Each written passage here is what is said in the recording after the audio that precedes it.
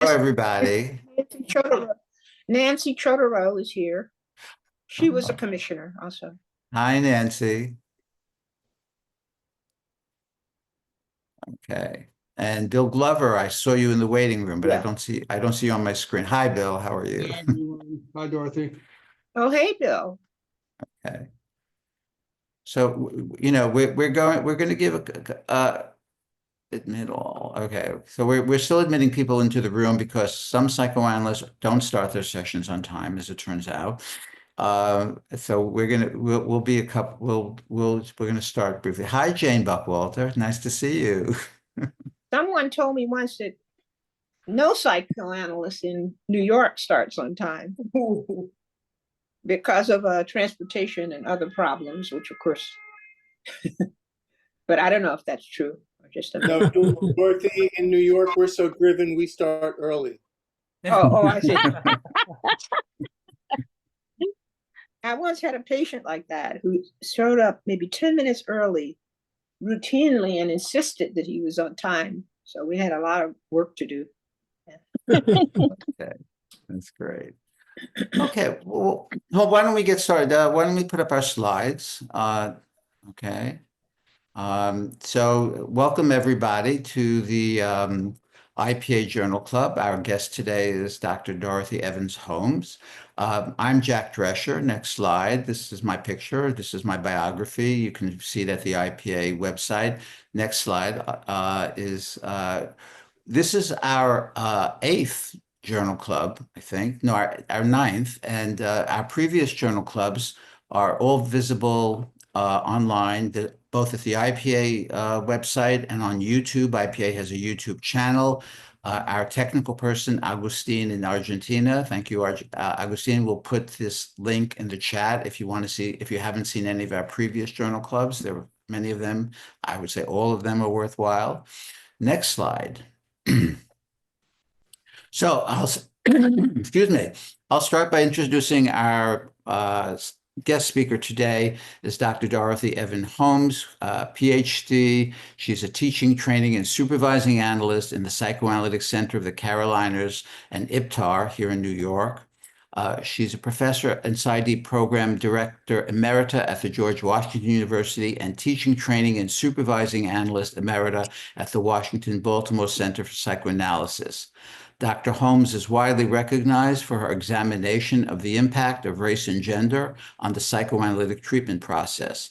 Her most recent of many referee journal articles includes 2 papers on whiteness in the spring 2020 issue of the Journal of the American Psychanalytic Association, or JAPA, and another one, Hatred, a Traumatizing Underpinning of Racism, which is in Press, in Psychoanalytic Inquiry. Dr. Holmes has served on the editorial boards of the International Journal of Psychoanalysis and the Journal of the American Psychoanalytic Association. In 2021, she received the JAPA Prize, and in 2022, a Sigourney Award, my fellow Sigourney winner that year. Dr. Holmes continues to be involved in National Psychoanalytic Organization leadership, including that she served as the, I don't know how to pronounce this word, eponymous chair of the Holmes Commission on Racial Equality in American Psychoanalysis, which the commission met between 2020 and 2024. And she is also a member emerita of Black Psychoanalysts Speak. She practices psychoanalysis and psychotherapy in Bluffton, South Carolina. Thank you. And before we go on, next slide. So, I'll start. This is for you, the audience. The goal of the Journal Club is to be interactive so that readers can speak directly with authors.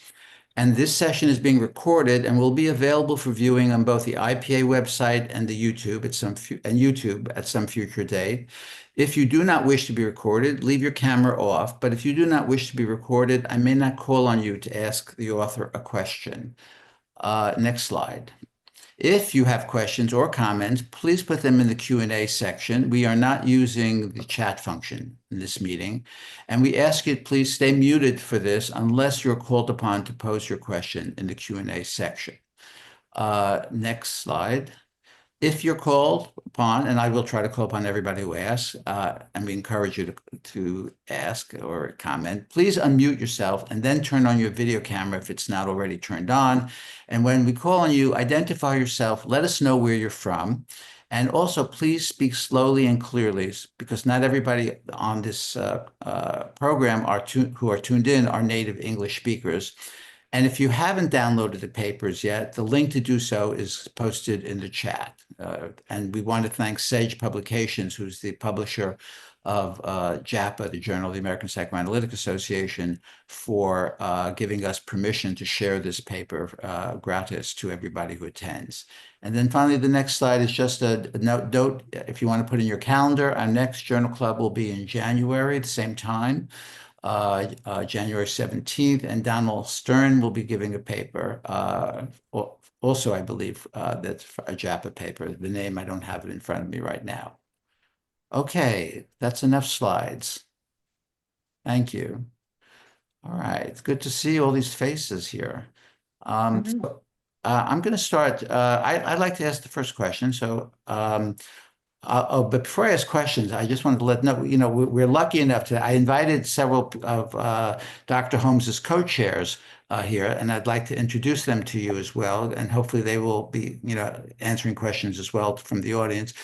I'll start with Anton Hart, PhD, who's a training analyst and supervising analyst at the William Allenson White Institute in full-time practice in New York City, and is a member of the teaching faculties of the NYU postdoctoral program, the NIP National Training Program, the Chicago Center for Psychoanalysis, Mount Sinai Hospital, New York Presbyterian Hospital, Columbia University, Irving Medical Center, and the New School for Social Research. Anton doesn't have a life outside teaching, it seems. Dion Powell, MD, is a clinical assistant professor of psychiatry and assistant attending psychiatrist at the New York Presbyterian Hospital, Weill Cornell Medical College in New York, and a training and supervising analyst at the Psychoanalytic Association of New York, or PANI, as well as Columbia Center for Psychoanalytic Training and Research. She chairs the Education Committee at PANI and is the vice president of the American Association for Psychoanalytic Education, and is in full-time private practice as well. And finally, the other co-chair is Beverly Stoute, MD, a child, adolescent, and adult psychiatrist and psychoanalyst, a leadership advisor and organizational consultant, a training and supervising analyst at Emory University's Institute, a child and adolescent supervising analyst at the New York Psychoanalytic Society and Institute, and an adjunct professor on the faculties of the Emory University and Morehouse Schools of Medicine, and in full-time private practice in Atlanta, Georgia. Welcome to all of you. I'm going to start with the first question, though, to Dorothy, which is, what was it about your prior scholarly work that led the American Psychoanalytic Association, which we're going to call APsA from now on, to ask you to come and lead the commission that wrote this report, which now carries your name? Let's see here. Okay, thank you, Jack. Before I answer your question, I want to express appreciation for this opportunity. And I want to especially call into the circle of our considerations the co-chairs, as you have mentioned, Anton, Beverly, and Dion. And I know that there are at least a couple of other commissioners here, Nancy Chodorow and Bill Glover.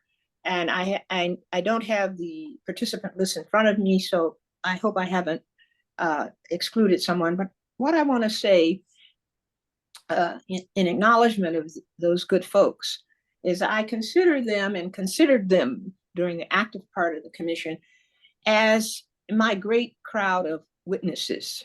That's a famous phrase from Hebrews chapter 12, verse 1. And it is a very powerful phrase in my estimation, because it means those who keep the faith in history, in the current, and for the future. And I think we share a faith in psychoanalysis and what it can do in regard to all kinds of variables and factors, including the one that was the focus of the commission, namely race, because of its powerful tools as a discipline, clinically and theoretically. those tools are very, very powerful. They are not always invoked and used across the variables of concern to the commission, but they can be. And we hope that the commission's work will enable more and more people to use those tools against the odds. So thanks to my great crowd of witnesses. And let me say that I'm not sure, Jack, how much it was my scholarly work. I'm sure that had something to do with it. I think my advocacy work, in which I use my scholarship. I use my scholarship for the purpose, or a purpose of it is advocacy for inclusion of race as an important psychoanalytic factor that needs to be addressed clinically and conceptually in supervision and on the couch. I think also it was a product of the circumstances. The commission came to be in 2020, which had quite a number of killings, murders of unarmed Black people. It was in that context that the forces aligned that helped us form the commission. It is important to note that the commission, while formed and funded by APsA, was not in a very important sense in terms of differentiation and evolution, was not APsA's commission. It was the Holmes Commission on Racial Equality in American Psychoanalysis. And that itself was an evolution in the commission and in its work. We came to realize that we didn't need to just study APsA institutions, we needed to study this matter as broadly as we could. Got it. Got it. And just as a follow-up on that question, it's interesting because in my own area of work, I actually don't particularly distinguish between my advocacy and my scholarship. So what was the nature of your advocacy, if you will, that you don't do as part of your scholarship? No. I agree with you. I think okay. the two are intertwined. Mm-hmm.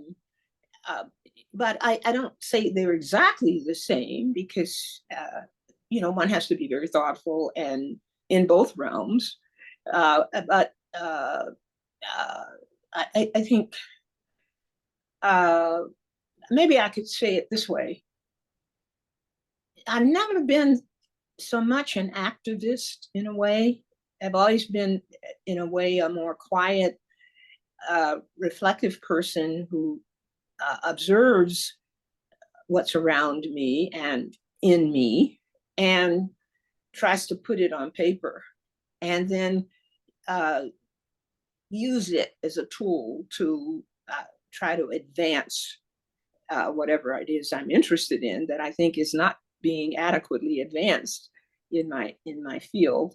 So I don't know to answer any differently than that. I think the two are intertwined. I guess, advocacy, perhaps when I'm using my scholarship like I'm doing today, I feel free to be quite impassioned and just sort of let it rip. When I'm sitting at my desk and writing my papers, I want to be as free in my mind as possible. But, maybe the ego is a little bit more than the id, maybe when it's advocacy. Well, I'll take all realms of the mind to make something go forward. Yeah, I think advocacy is affect driven, yeah, and then it has to be converted into scholarship in some way. Yeah, that makes sense. Let me ask another question, and this and perhaps one of the commission co-chairs will chime in as well. Could you talk a little bit about the group's process? Like, for example, how did decisions get made regarding what went into the final report and what did not? Mm-hmm. Well, I would like, I can speak to that, but in the spirit of how our commission worked, which was to try to promote everybody's thinking and good ideas and participation, I would be happy if Anton Beverly or Dion, or Eve, also Bill Glover and Nancy. If any of them want to speak to that, I would appreciate it, and I would elevate them to do that. Anton, you're like first on my screen, so why don't you start? Sure, Jack. I'll say a little bit, and I bet my co-chairs and other commissioners will chime in. We started out immediately when forming the Holmes Commission with the idea that our process of decision making, including arriving at who should be on the commission, how many people, what disciplines would be represented, the choices that we made about how often to meet and how we began our meetings and what we did in those meetings. All of those things seemed vitally important to attend to for the extent to which they would carry with them the socio-cultural context within which we were operating. And we were setting out to study phenomena that are in us unconsciously from the cultural context. And in order to do that, we felt that the study of our own process, we had to lead with that. I'll pause there to let others jump in. Anton, could you give an example of how that might have worked in terms of what you discovered in your process that then you could comment on? Sure, Jack. Yeah, we quickly began to begin our meetings with some form of convening that was not conventionally organizational or corporate. We often began meetings with a poem or a song that had been selected by one of our members that was for all of our collective consideration. We also had a roll call at the beginning of each meeting. Dorothy would do the roll call.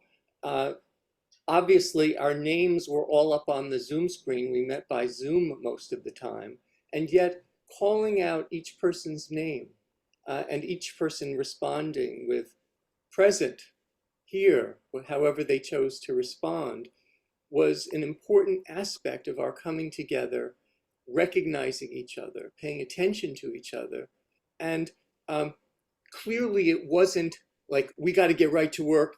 We got to be time efficient. That took a minute or two to go through us all and to hear our voices and say our names. But this was one way that we were summoning ourselves as a collective, where there was a mind to be found, and the mind was of our group. And we did things to try to cultivate that sense of a group mind. Thank you. Thank you. Beverly, you're next on the screen. Well, first, thank you very much, Jack, for this, and Dorothy for inviting us all in to share in the club that was originally offered as your presence. I want to say one thing about access before I comment on the question, access to the JAPA article. And you said that you asked JAPA for permission. When the JAPA discussion first took place, we as a commission agreed under the condition that the journal would be free access to all in service of equitable distribution of knowledge and use of knowledge. So I want to first say that that decision had been made before anyone asked. Anyone who goes to the link across the world can gain access to this journal. That is in the spirit of our work, and I wanted to draw our attention to that. Secondly, regarding the issue of scholarship, I remembered a couple of years ago, a plenary address at the American, Robert J. Lifton said, scholarship is given significance and meaning with activism, and activism is given focus and precision by scholarship. This is the interdigitation of operationalizing what the beauty of psychoanalysis can be to the world, I think. Now, I want to dovetail with Anton's view of the mind, because Anton brought us to the position of thinking of ourselves, not as individuals, but as a thinking mind as we come together. our position on this question of what people call diversity is how do we bring together and operationalize people of different perspectives, backgrounds, cultures, and bring that together in a way that creates something synergistic and not polarizing and not acceding to a particular authoritarian center. So the mindset then influenced our process as a thinking mind, as a collective. That is a very different leadership perspective from which to operate. And I wanted to draw our perspective to that. Secondly, I think there's a cultural grounding in that, and that is from an African-American perspective, the way in which groups are led and the way in which our leader, Dorothy, who really sat as a leader within a group that was part of her leadership, not as an authoritarian leader who took the position of telling us or deciding. We had difficult discussions, but we all contributed our points of view and perspective, which permeates the way we wrote, because we had working groups to which everyone contributed and we argued it through, but at the end we came together as a commission with the idea that even though we weathered our own enactments, that was in the service of a greater collective. That's a philosophy and position that I think is culturally derived and very operationally difficult to achieve. So I'll stop there for the moment. Thank you. Dion, your camera is not turned on. Do you want to? Really? It says it's turned on. Oh, there you are. Yeah, there she is. Sorry. Okay. Hi, everyone. Yeah, I'm just going to add a couple points to what's already been poignantly said. You know, I think also that our group process was also an invitation. I think there's often a kind of idea that there was a kind of, I don't know, group think, and we were not that. We were our own subjectivities, our own identities, and we along the way realized that we were absent, missing certain people who represented psychoanalysis that needed to be brought in. So it was a very organic process with our ability to also stop and say, wait a minute, we're missing something here. We're missing someone here. Who were you missing? Who were you missing? We were missing other disciplines. We were missing other people outside of APsA.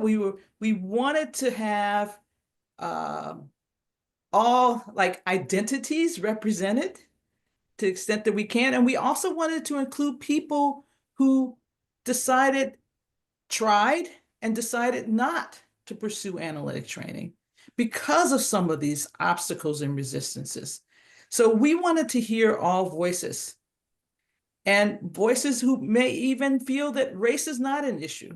When I say race, I'm thinking as a metaphor to otherness. And I think that that's helped when people read the report and try to see how it can be engaged with in their particular region, culture, and their set of identities. It's not as though this is just a binary here where we only consider race.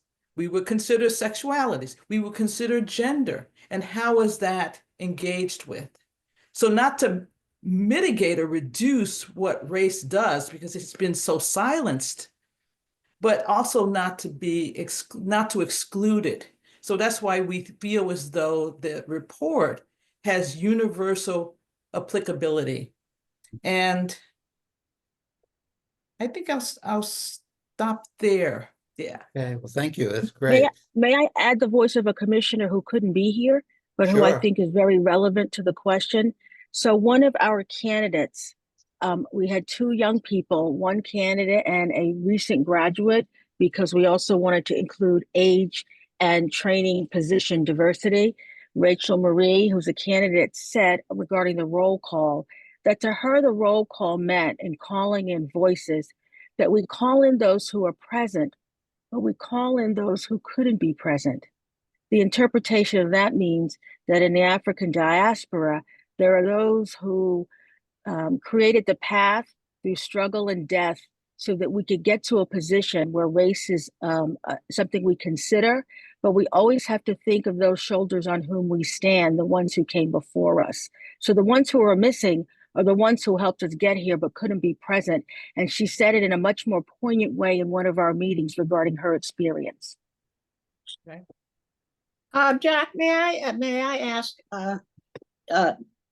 in the spirit of inclusion and not to make this leader dominant, if Nancy or Bill would like to speak on what we've just been discussing, I think that would be welcome. Be great. Yeah. They're more than welcome to join us. Bill, you want to start? You're closer. Yeah, you're first on my screen. Yeah, you know, I had started to compose a question, and my "Hi Dorothy" showed up in the question box. I keep forgetting if you hit return, your message goes, your question before you finished it. Anyway, what I was going to ask about, and I'll preface because this feels safer the way what I had written. Can you comment on working with the resistance we see to DEI and wokeness in the recent national election, and albeit in a milder form, in analysts who don't attend Holmes Commission study groups or events like this one? And that's on a broader scale what I want to speak to, because about the resistance in an analytic sense, and we know, you know, about that. You can't blow through it or overcome it by coercion or exhortation. You may get compliance. And that's something I'm alert to in myself. And so I've been trying to be honest about my own resistance, but it's hard. And I think we need to keep that in mind. And how do we widen the circle so that we win the next election, broadly speaking, and that we preach, you know, not just to the choir, or at the Holmes Commission. I mean, we have a wider reach than that, but we all know there's a lot of people who don't want to come into the circle for various reasons, and it's more passive resistance or compliance, you know, thin support.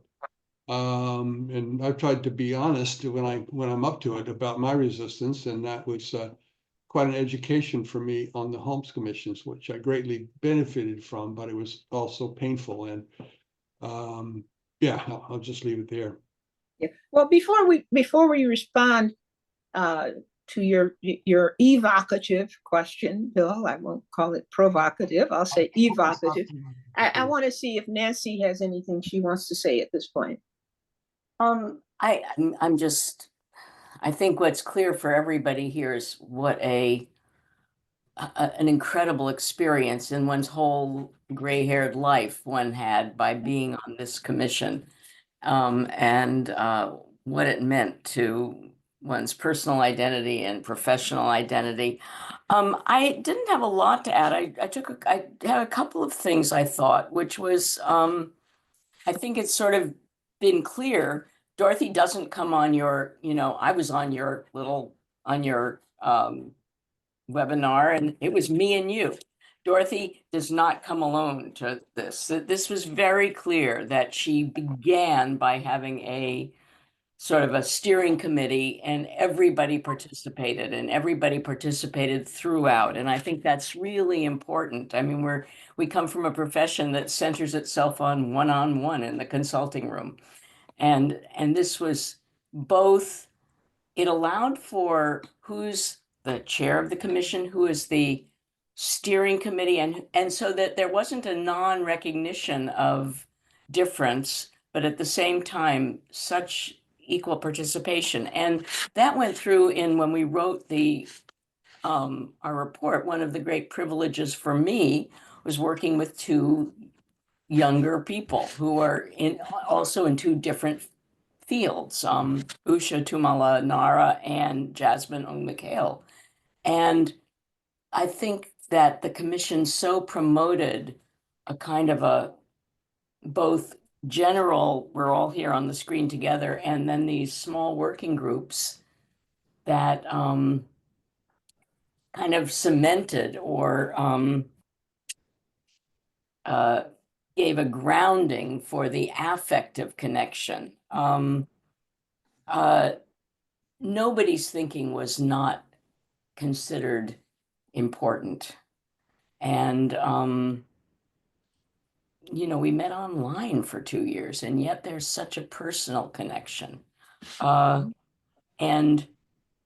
And really a focus on racism with still a sense of all of the other, I don't know what you'd call them, strands that we're going to tie to other parts, and somehow managing, really never giving up on, as you already heard, the affect, while also focusing on, we have to change this fact and we have to have this process difference. And that's a very hard thing to do, to be organizational and at the same time stay focused on the cultural and affective and the history of racism and inequality in the world and in APsA.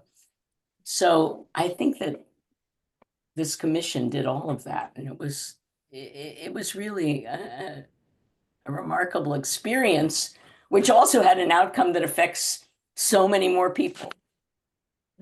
Well, thank you, Nancy, and I hope that those in attendance can see why the commission and its leadership team wanted to promote everybody's participation. So I wanted to Nancy and Bill to speak, and I think they showed their great value. To get back to the matter that Bill raised, yes, the election results didn't produce what Bill is calling resistance. It just, perhaps from some, fortifies it, gives it cover, gives it a kind of rationale for being highly skeptical about what we're trying to convey to the community through our work. I would put it this way. I partially analogize to the Supreme Court. So we know there are 6 very conservative justices, and there are 3 who are to varying degrees liberal. Now, in many of the court's decisions, those 3 who are more liberal write dissenting opinions. And you say, well, what does that matter? They don't prevail. Well, on these very tough bedrock issues like race and other aspects of intersectionality, throughout the course of our history as a country, we often haven't prevailed. But it's very important to have scaffolding for the time when we can rise again, and for those who, through thick and thin, against all the odds, need something to stand on. And I think of our report, and now it being memorialized in the JAPA publication, is that scaffolding, is kind of like, for some, a dissenting voice, but it's there permanently. And when even more and more people will again recognize the necessity psychoanalytically of including these variables, as Anton briefly said earlier, yes, the social is context, but it is in us. And the Holmes Commission work gives us good scaffolding to call on in terms of findings about systemic racism and in terms of recommendations about how to address that problem. Thorny, deeply historic, foundational in our country. And to say one more thing as to how we introduced our meetings, which met with a rather strong skepticism at times. I noticed on the APsA listserv, people using poems and readings. Now, whether that's in emulation or out of enlightenment based on some acquaintance with the Holmes Commission, or whether some people just discovered on their own the grounding, if not soothing effect of such ways of starting one's work. I don't know, but I've noticed that, and it's pleasing to me. Thank you. Bill, yes, go ahead. Yeah, if I could just respond. I like what you say, Dorothy, and you know, but I guess my question is: there room for dissenting voices in discussions of the Holmes Commission report? Being on the Holmes Commission, at times I found it difficult to stay. For my personal reasons, also as president, I found it hard to defer to my to Dorothy and the co-commissioners at times. And even though I wanted to, you know, in a sense, I chose to, but it was still hard. And I think that's sort of a signal for what's difficult. Those who are not here, who's missing, includes our colleagues who are on the fence or skeptical or just don't want to get into it. And I also wonder about our international colleagues. I know this is an international event, so I'm not quite clear how many here might be from outside the US. And sometimes our international colleagues think of this as an American problem. I don't assume that's not true for everyone, but I've certainly heard it, and I don't want to cast aspersions on anyone because they have a different take in their cultures on racial issues, maybe a bit different than ours. But anyway, my main question is, I think in terms of widening the circle and having more influence at the next time in the national election and in the ongoing working through within psychoanalytic groups, that we make room for dissenting voices that can stay. And I applaud the Holmes Commission for helping me stay. And that was so I want to thank you for that. But Bill, can I ask what did the commission do that made it possible for you to stay in terms of what was your experience?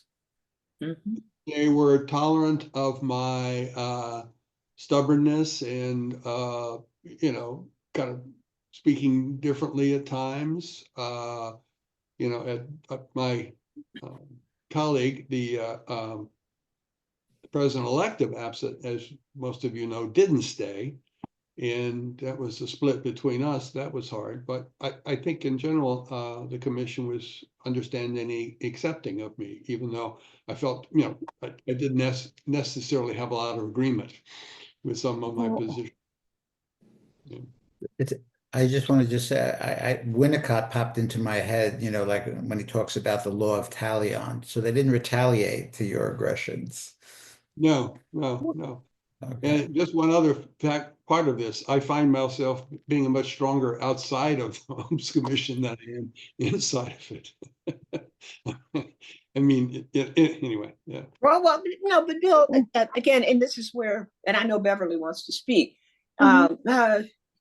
Bill, what kind of strength do you find yourself able to feel and experience and express outside of the commission that you weren't able to or didn't inside the commission? Well, I went back to the IPA board, and at moments I've been a disruptive person, a la Don Moss's, you know, call for disruption, and the Holmes Commission has felt it important to be a disruptive force. So I've, you know, been more willing to speak what I consider truth to power in that circle, and that's a direct result, I feel, of being on the Holmes Commission. And, you know, being here, I'll move to tears. I've been, you know, happy to have this opportunity to see you folks again. And it was such an important period of time and a hard one. And I'm still reaping the lessons. So. Just a minor footnote before Beverly speaks. Nancy spoke of how long we worked and how hard. Actually, it was longer. We met actively on a monthly basis of the whole commission throughout most monthly for regularly for 2.5 years. And then even beyond that, we organized and started our business in October of 2020. And we published our report on June 10th of 2023. And then we met throughout 2023, though not as often, and into 2024 when we had our meeting at APsA. So anyway, Beverly, go ahead. Dorothy, you had the leadership team met weekly. Yeah, in addition. Yes. So Sorry, I'm 17 or 20. Yeah. Winnicott is a helpful place to connect. So he also talked about how do you create a holding environment? A holding environment when what we need to bear is unbearable. And how do we create a space that we try to bear it together and tolerating and trying in some way to prevent harm? So I'm uplifted, Bill, because I think that you internalized your own way of using it within your own voice, which is what we all need to do and what we hope for.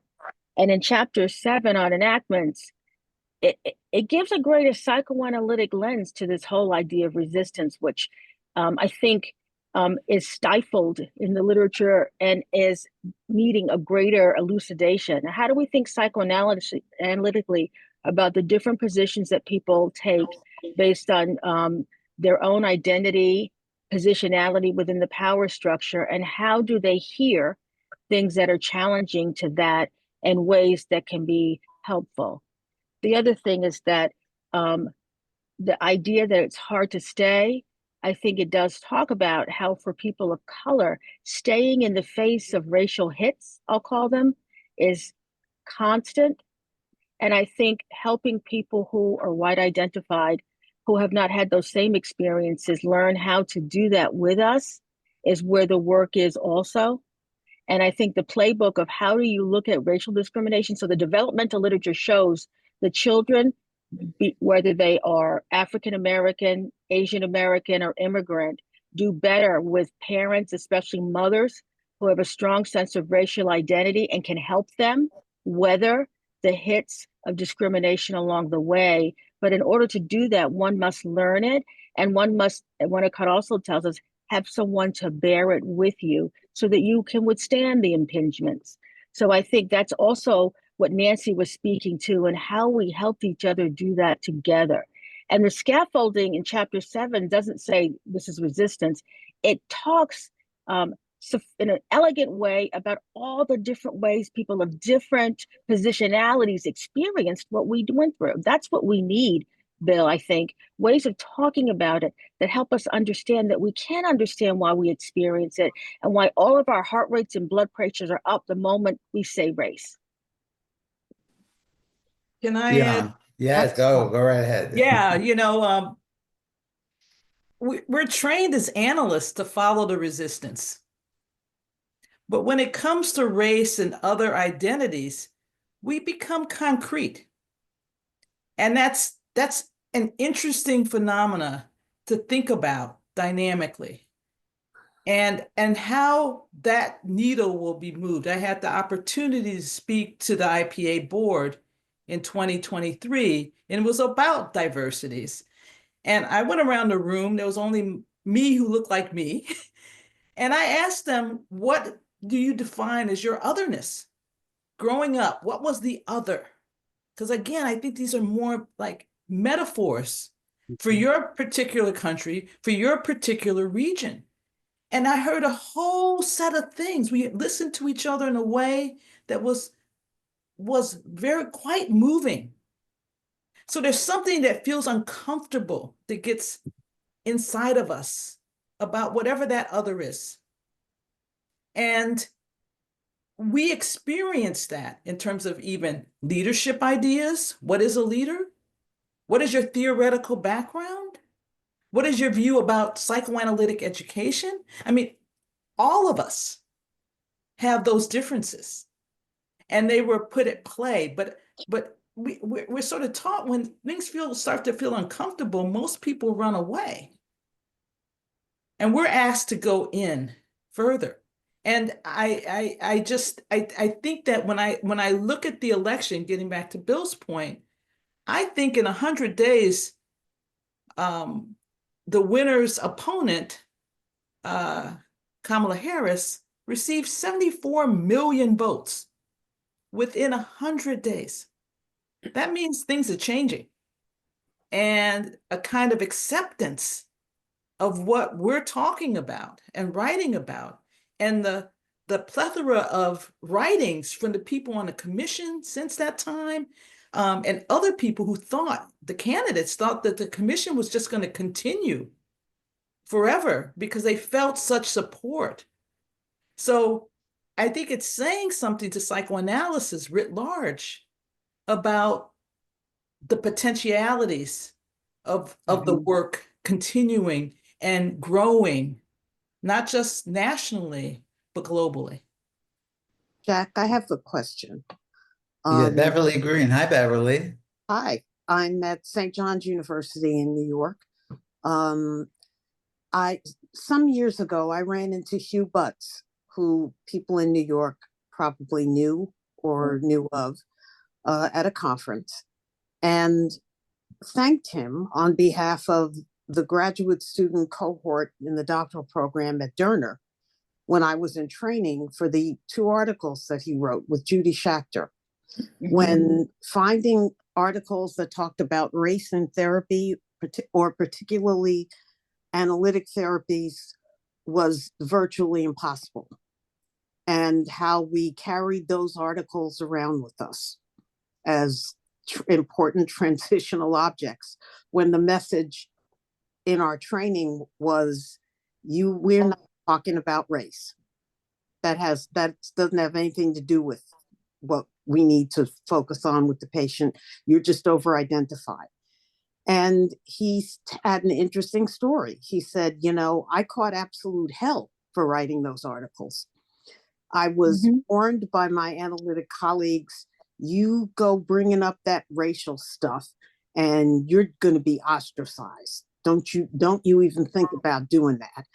And so I'm glad I was able to share with him how important it was that he did write them.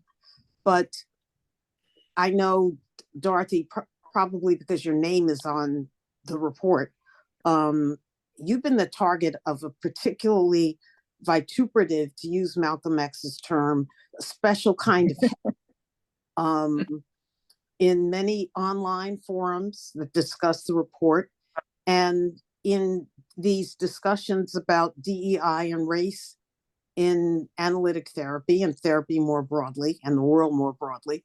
And I wanted to ask you if you wanted to share what that was like, but I'm also struck by the fact that my graduate training was in the 70s. We're 2024 and we're still going, don't you talk about that. And apropos Bill's discussion, it's like, what?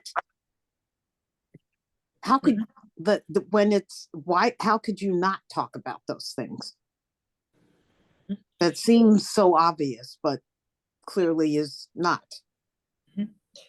Well, thank you for your good question. And I'm so glad that you're speaking, because I was getting a little concerned that it was getting to be too much a dialogue among members of the commission and our interlocutor, Jack.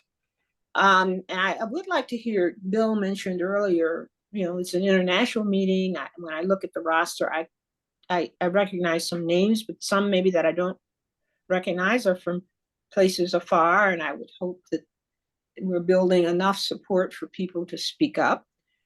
To your point, Beverly, and Beverly Stoute mentioned this, the hits that people of color have taken. I mean, we're kind of not inured to those hits, but through experiencing them and having various ways, and the commission was such a high level way of processing those hits. That old expression is a little hackneyed, but if something doesn't kill you outright, it makes you stronger. And with certain kinds of support, I think that's true. But it just comes with the territory. And why so much hatred and why so much fear on this subject is a perennial question.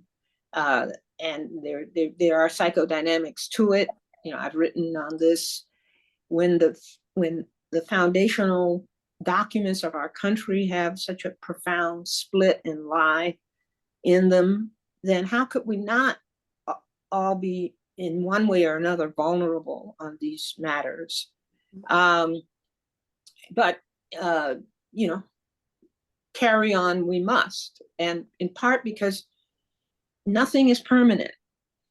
I know it's a little tangential, but I think about Syria. I mean, we don't know what's to come, but those are people who were oppressed in such horrible ways, and the people rose up. You know, we're going to have other opportunities. And even now, it's an opportunity. As Dion just said, 74 million people had voted for the other choice in the election.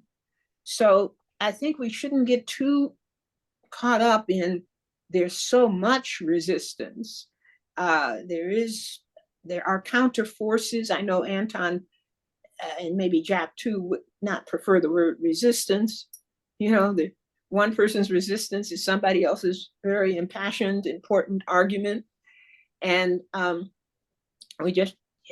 me, it's not possible to give up on it. I think we just have to stay in the struggle and know how to struggle. And I think the commission work was a good example for the field of how to struggle through process, through that processing, being able to articulate findings and recommendations. And as I said, it's kind of like, some people may not pay attention to it now, but it's a permanent record, and we'll see what we can do with it. Anton, I see your hand up. You wanted to respond to this conversation? Thanks, Jack.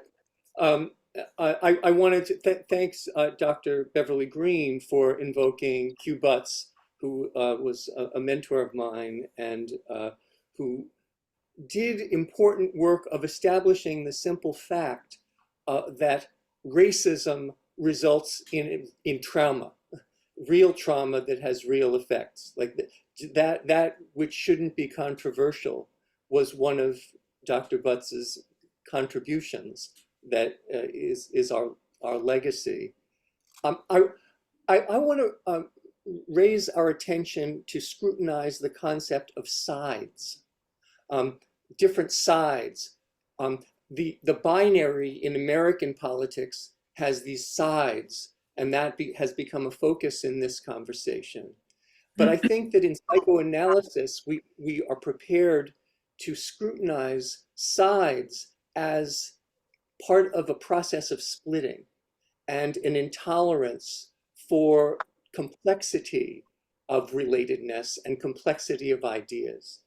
And the idea that there would be the Holmes Commission working to address issues of racism in American psychoanalysis and beyond, and that there would be sides in relation to that work is curious. Like, is it about sides really, or does the notion of sides raise our attention to anxieties, particularly anxieties that pertain to shame and shame dynamics? I think that one of the hardest aspects of studying race and racism that leads to the kind of backlash that Dr. Green was referring to has to do with shame. That shame is evoked when opening the door to discussion of the diversities in general, race and racism in particular, and shame manifests itself as all kinds of attacks, all kinds of undermining, and presents itself in all kinds of enactments. And so when we notice things forming into sides, we already, I think, have a signal that shame dynamics are coming into the picture. Or may I offer a friendly amendment to my dear colleague and friend's point? And we were discussing this last week a little bit. I think, Anton, raising the questions around race or other aspects of intersectionality forms in some people's mind a kind of signal anxiety of a danger. And the danger is that I might feel shame if I allow myself to go on this path. So I'm not even going to go on this path. I'm going to attack, and I'm going to enter into this splitting sides issue. There is in the literature an articulation of something called deserved shame. You know, if we could help people, you know, maybe there are some things to be ashamed of. And that's not so horrible. But what makes it so horrible for some people? I think it, and I don't mean that contentiously or reproachfully, but with great and respectful curiosity. But I do think shame is implicated, but it's really, to me, the avoidance of shame. Yeah. Beverly? Oh, that was an accident. I was thinking a point, so you read my thought. So if this were an analysis and we make an interpretation at the core conflicts, are we shocked that we're going to get pushed back if we're getting at that? So I always tell candidates, after you've made the interpretation 500 times, and maybe the patient will want to hear it. So when people say, it's, you know, people are upset, there's backlash, of course. Isn't that what we know as psychoanalysts? So why is it so shocking? Dion's point about why are we concrete? Dorothy says, we're in it, let's get in the struggle. And I think what we're hearing is also the difference in some of our theoretical backgrounds, which allow to exist. And I would like to do just a thought experiment for my colleagues who are not, our colleagues who are not from the United States, which is, in your country or in your area, do you define yourself as white? And I believe the answer to that question is no. You would identify yourself by your country of origin.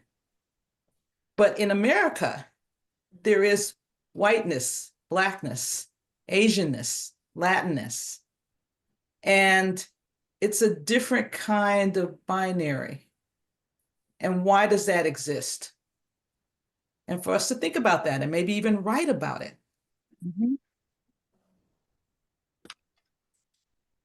I'm not sure how. Reggie, Reggie. hi, Reggie. Could you introduce yourself and tell us where you are? Yes, my name is Reginald Nettles. I'm on the faculty at the Washington School of Psychiatry. I live in Columbia, Maryland. I've been around DC for more than half a century. Hi, Reggie. Hi, Dorothy. Great to see you again. Likewise. I remember when we worked in buildings side by side at Howard many years ago. Yes. So when I think about race, I do think about black and white and the black and white split. But what I think does not get talked about sufficiently is the amount of mixture in blacks and whites in this country. And what do we do when we discover that our black colleague or our black family member has white cousins? I've lived with that. I know what that can feel like. And it can be really interesting. It can be interesting to discover white cousins, to become cousins with cousins who cannot share cousinness with siblings who don't think of being white the same way others in the same family think about it. And I think that's an important part of the split, if you will. That and I've certainly met people who deal with that split and have difficulty acknowledging that, well, yeah, you know, yeah, I'm white, not myself, but I've had people share with me that, yeah, I'm white, but really I'm not because my family is mixed, but we don't talk about that.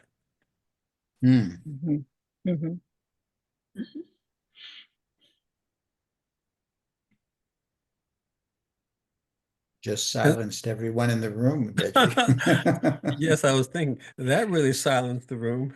So we have a hand raised. Victoria, could you unmute yourself and introduce us and tell us yourself where you are?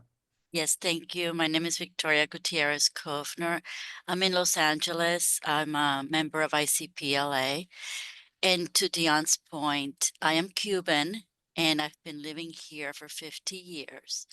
and I identify myself as Cuban. And when I have to check a box in any kind of form that says race, I really have to pause because I don't consider myself white. So to your point, Diana, about, colleagues of other countries and their identification with their country versus the split, I identified as Cuban. And to this day, after 50 years, I still have a hard time checking that box. Mm. Yeah. And And by the way, also thank you. I think it also gets to Reginald's point too. How do we check the box? How do we identify?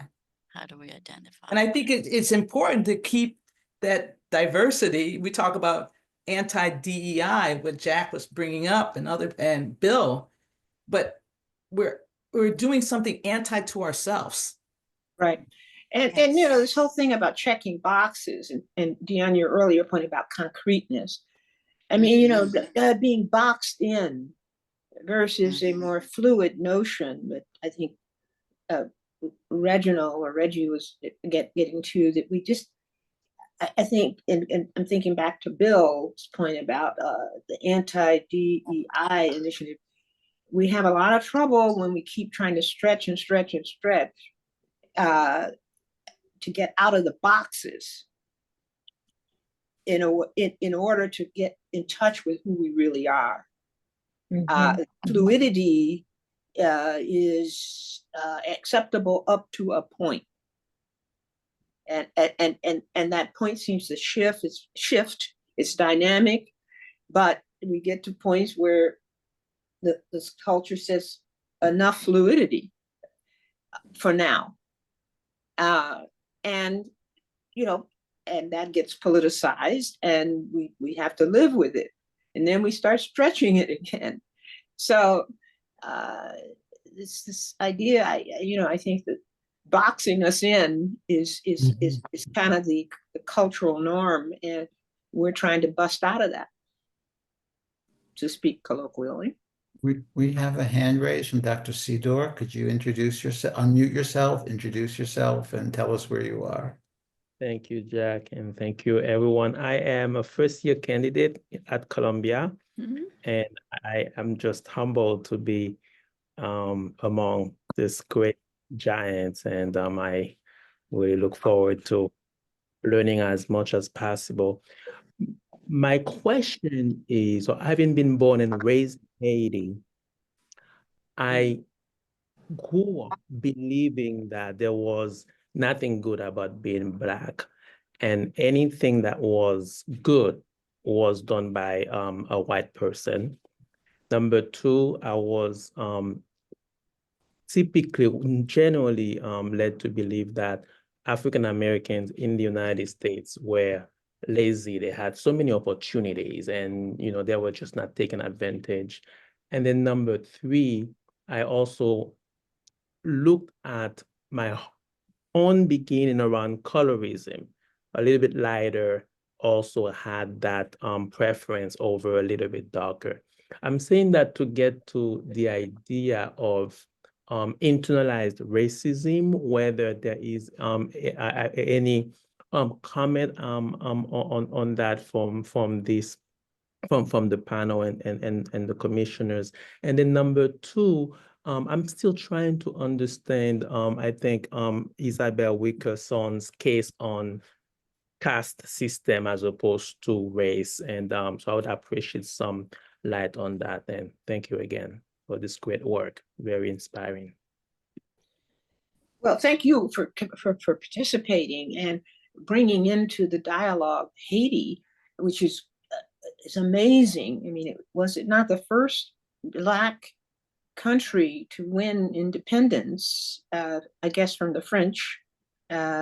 And again, this goes back to my thing about stretching and fluidity.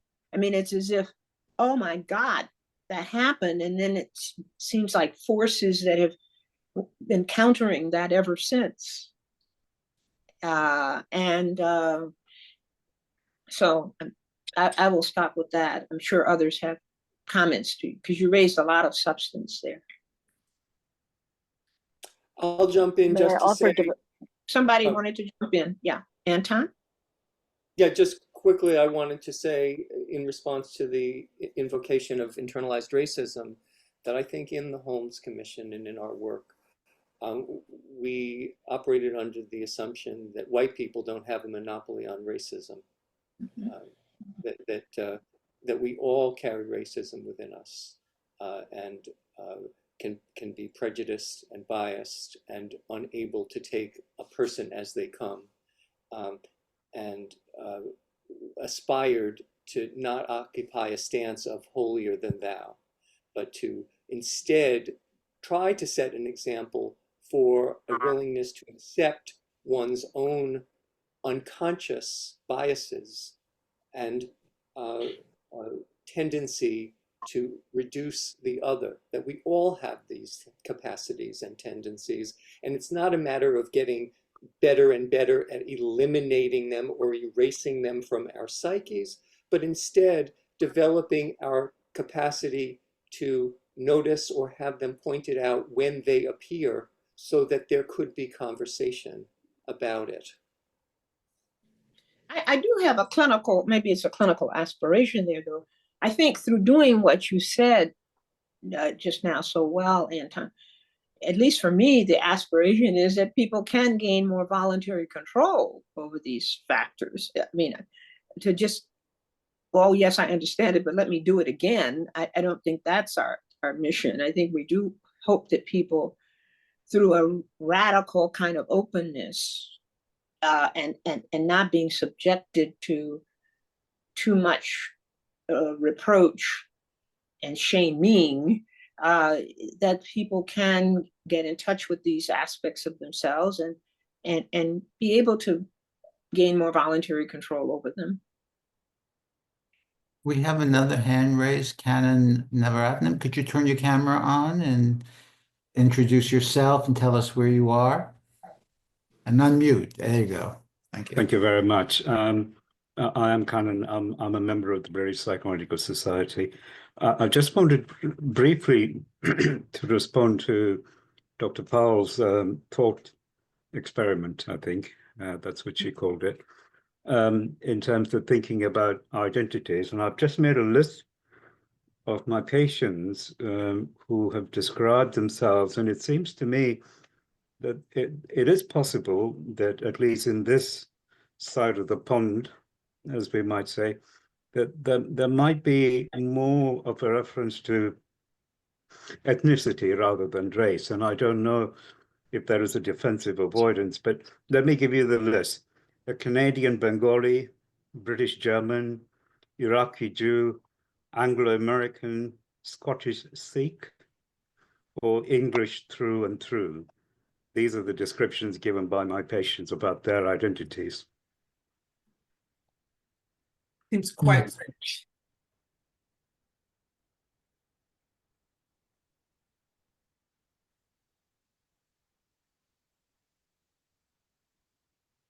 Hello?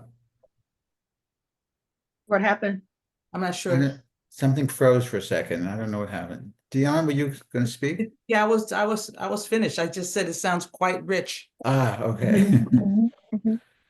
You know, it reminds me of having two patients back to back.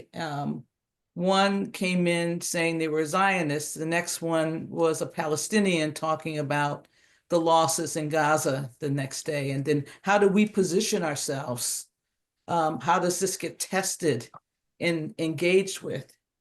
And it gets back to Dr. Stoudte's question about what, you know, how do we cast ourselves and being in touch with that, hopefully prior to the clinical encounter.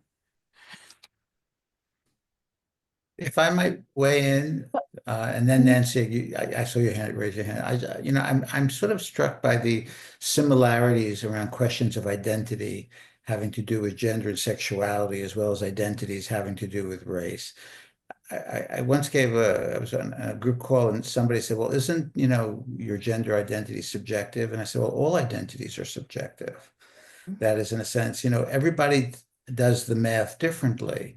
And we might do the math a little bit differently in the States than they do in the UK, for example, based on how language is used around us. So there is no separation of what we think our identities are from the cultural markers that we're making use of in any particular situation. And we all make use of those markers very differently. Those are just my thoughts. Nancy, you had your hand I was up. going to say something quite similar. I think you're bringing in sort of national difference and differences in psychoanalyses.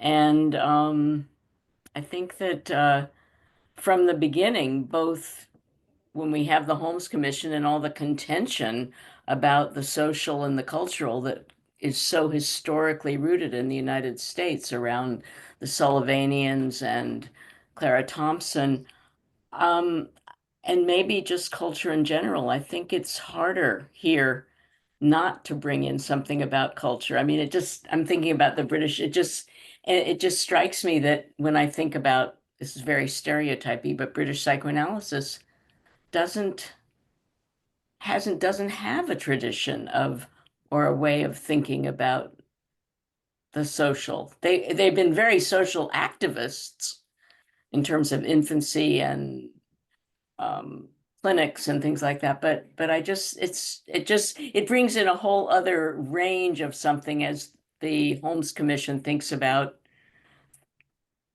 thinking internationally, thinking about Britain, thinking about, I've read a lot and I'm really interested in, Indian psychoanalysis or different cultures. It and inequalities, it expands it. But I think it brings in something very fundamental about another form of difference in psychoanalysis.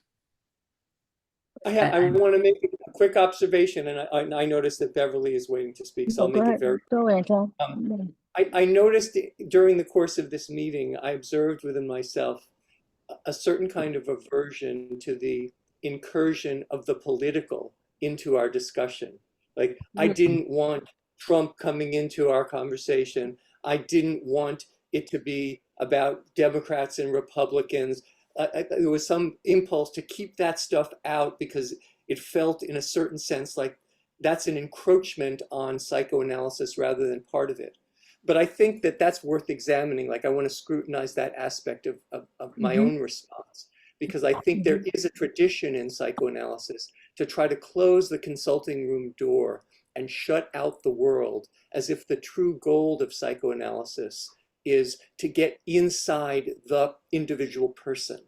And I think that more and more these days, I realize, even I'm a proponent of, and yet I find these reactions in myself, that we must realize that the outside is in us, and there are limitations to the depth metaphor in psychoanalysis, that the psyche is located deep down within. There are ways in which our findings as a commission taught us that the psyche is distributed.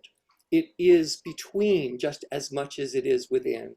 And our aversion to embracing the social is part of a certain kind of resistance to opening ourselves up to the extent to which we are unconsciously subject to the world in which we live and that we carry with us in relatedness with others, including the political domain. We're going to have to wrap up soon, but Beverly, I'm going to give you a moment to speak. I'm just going to add to Anton's thing. In the interpersonal tradition, we believe there is no self without the other. And so that's just another, way of thinking about, that we are not minds in isolation. Beverly, give you a minute and then we're going to have to wrap up. How's that?